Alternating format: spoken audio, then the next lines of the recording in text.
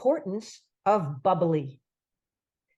A monologue written and directed by Phyliss Merion Shanken, featuring Penny Mandel as Martha-in-the-Middle. It's 1990. Martha-in-the-Middle slowly walks to the auditorium stage, unwrinkles her written speech, and reads the eulogy for her recently deceased mother.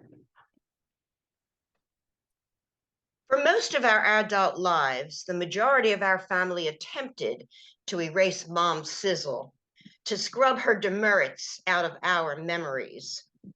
All 8 of us are here today, are in our 60s and beyond. Most of us had continually retreated from the pain of our mother's golden tongue. Pity those of us who are still smarting over Mom's incessant predictions. Remember her dailies? You'll be sorry, you ungrateful wretches. I was a good mother. Didn't I feed and clothe you?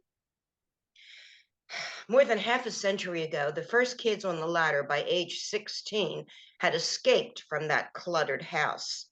We ignored the pleas from the young'uns who had been marooned at home, who had begged the older sibs to return as buffers against Mom's badgering.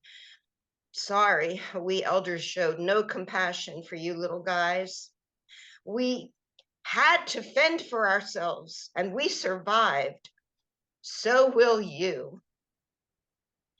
When Mom turned 100, I, being Martha-in-the-Middle, and probably the most guilt-ridden of the crew, felt obliged to make Mom a party. All but one of us dutifully attended the celebration at the Murphy Assisted Living Facility. Each one of us believed that life had been worse for us than for the others. After all those years of nonstop nagging and monopolizing of airspace, it appeared that Mom had run out of her cruel phrases, causing us to doubt our own memories. Maybe Mom hadn't been so bad? Well, other than the early verbal abuse, one thing that held our young family together: Seltzer, the substance that eventually became known worldwide as club soda. Remember? Our old-fashioned parents used the old-fashioned glass bottles with a narrow upside-down U-shaped metal spout and a lever that you press down with your thumb to allow the spritzer to release the liquid. Mom would send one of us to place the finished bottle into a wooden crate alongside other temporarily discarded empties. The Seltzer man, the last of his kind, came weekly to replace the used collection with more of the same. Our family drank the beverage like wine.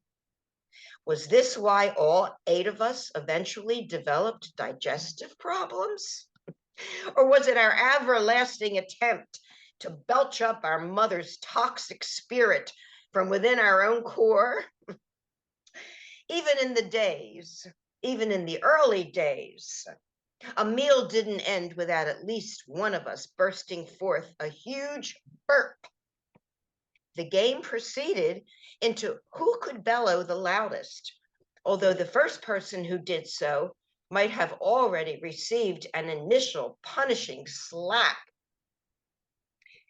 As soon as one of us let it rip on cue, the next culprit would be called out for contributing to the cacophony of sibling sounds, which became a natural backdrop for an otherwise silent meal.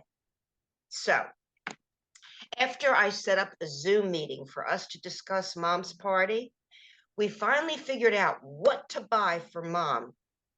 We cheered enthusiastically after our oldest brother, Joseph, came up with a brilliant idea. Our faces jumped up and down within our separate Zoom squares on the screen. Of course, we'll get Mom a seltzer machine. What a godsend. We and our kids and grandkids, we finally had something to occupy our time during our forthcoming mandatory visits. Whoever got there first would fill up a new bottle with water. We'd place it under the spigot, tilt it against the fizz maker, and then drink our hearts out, only to fill it up again and again. Mom didn't drink any soda, of course. I mean, her heartburn couldn't take it. Luckily, within the tiny room, and Mom's being almost deaf, our family members expressed our bodily sounds without the stinging slaps that in the past might have accompanied our gurgling gulps.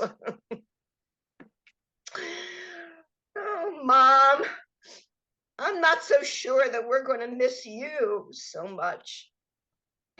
But we sure will miss the free-for-all parties at the Murphy Assisted Living. Rest in peace, Mother. As time goes on, may we forget the bad stuff you imposed on us and celebrate our one unifying reward for having you as our mom. Seltzer!